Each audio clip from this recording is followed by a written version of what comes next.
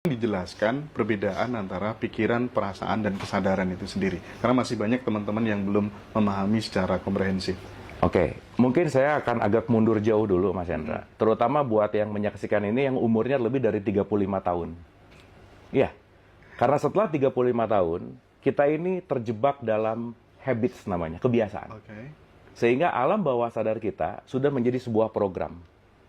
Dan ketika itu udah jadi program, 95% apa yang kita lakukan tanpa sadar. Oh, Nah, saya kasih contoh sederhana. oke. Lebih sering mana sih ngomong dulu baru mikir atau mikir dulu baru ngomong? Ngomong Iya, dulu baru mikir. Ngomong dulu baru mikir. Habit ya. Habits. Maka saya selalu mengatakan bahwa pelit itu kebiasaan dan diajarkan, benci itu kebiasaan dan diajarkan, dan seterusnya gitu. Marah pun demikian gitu. Nah, jadi kalau kita mau berbicara dalam konteks ini, ketika kita sudah 35 tahun membuat program diri, sampai 40 lah, itu range-nya 35 sampai 40 gitu. PR kita sebetulnya melakukan reprogramming. Jadi si program yang udah ada, diprogram ulang. Makanya apapun bentuknya, saya selalu mengatakan, gimana sih mau menjadi orang yang berkesadaran? Nggak bisa nggak. Caranya cuma latihan gitu. Karena dengan latihan kita akan membuat wire gitu kira-kira. Nah, sekarang kita penting untuk mengerti gini. Mungkin kalau boleh digambarin tuh ada 3 tahapan ya. Kiri, tengah, kanan gitu. Nah, makin ke kanan itu makin dalam lah ya. Ini semakin masuk ke area lebih dalam. Nah, kiri di sini, ini namanya tubuh fisik atau jasad, Mas. Oke? Makanya kalau di Quran tuh ada kata-kata goib. Goib itu artinya dimensi. Beriman kepada yang goib artinya sadari bahwa kita ini punya dimensi selain fisik gitu. Contoh sederhana tentang penderitaan. Sakit fisik itu cuma 1-5%, Mas. 95%-nya sakit mental. Psikis. Jadi kalau sakit ya udah ya. Oh. Dan ketika ditutup sama plester gitu, dia akan self healing kan. Oke. Itu fisikal. Tapi sekarang fisikalnya nggak masalah, tapi mentalitasnya yang bermasalah gitu. Nah, artinya di dalam tubuh fisik itu ada tubuh mental namanya. Makanya kalau saya selalu menganalogikan, kita tuh at least dalam kehidupan ini ada 3 kelahiran. Lahir sebagai tubuh biologis, nanti lahir sebagai tubuh psikologis, dan kalau kita memilih nanti kita lahir sebagai spiritual birth atau lahir sebagai tubuh spiritual gitu. Nah, pelan-pelan nih ya. Nah, fisik begitu masuk nanti ada segitiga nih. Segitiga ini namanya pikiran, perasaan, emosi. Oke.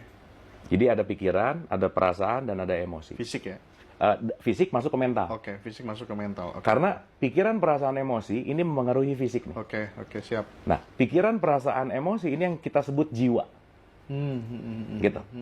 Mas Hendra pernah dengar gini nggak? Pikiran bisa membuat kita sakit. Betul ya? Iya. Berarti kalau pikiran bisa membuat kita sakit, berarti pikiran bisa membuat kita sehat. Iya dong. Sip ya? Betul. Makanya nanti kuncinya di pikiran nih. Gitu. Makanya pikiran itu sebetulnya tools. Nah, sekarang pikiran yang harusnya jadi tools, sekarang dia jadi master gitu. Dia menguasai kita.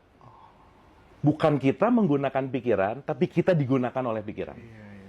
Makanya ketika pikiran datang, jangan main diiyahin gitu. Harusnya kita yang merintah gitu. Harusnya kita yang merintah. Iya, benar. Nah, fakta Mas Hendra.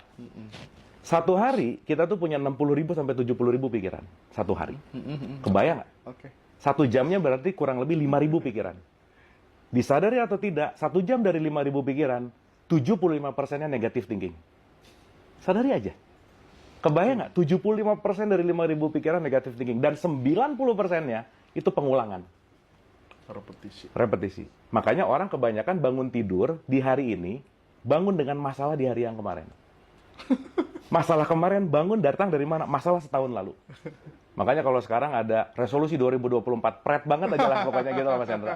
Karena dia bikin resolusi 2024 yang dia rencanakan dari 2023, yang udah direncanakan dari 2021, yang udah, wah udahlah gitu.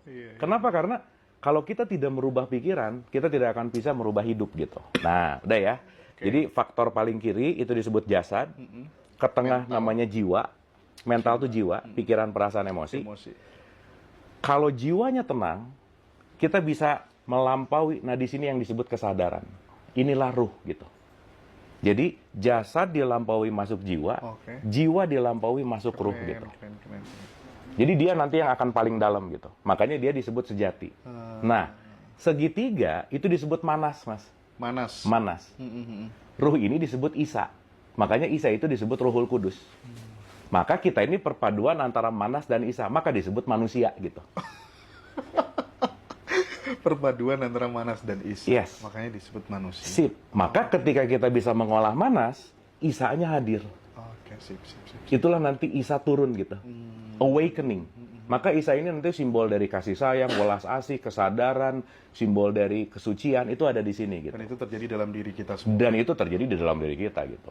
Gitu kira-kira. Nah, sekarang apa kaitannya kan? Ini. Pikiran, perasaan, emosi. Pikiran itu dipengaruhi oleh perasaan. Jadi satu perasaan bisa punya 1000 pikiran. Jadi kalau kita tidak memanage perasaan, ini pasti kacau.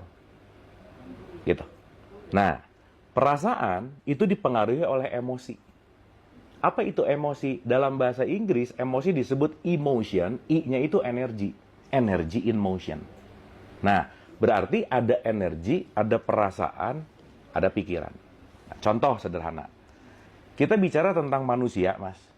Saya mengambil perspektif Quran aja. Quran tuh selalu mengatakan, inna akromakum indaullahi atqakum. Yang paling mulia itu orang yang takwa. Takwa itu letak dari value kita, keluarnya akhlak. Betul. Jadi maaf ya, mau rajin sholat, rajin umur, apa akhlaknya nggak beres, nggak layak disebut manusia aja. Makanya itu nanti disebut orang. Makanya orang sama manusia itu dua hal yang berbeda. Kenapa? Karena orang itu cangkang, tapi manusia itu value-nya, nilainya gitu.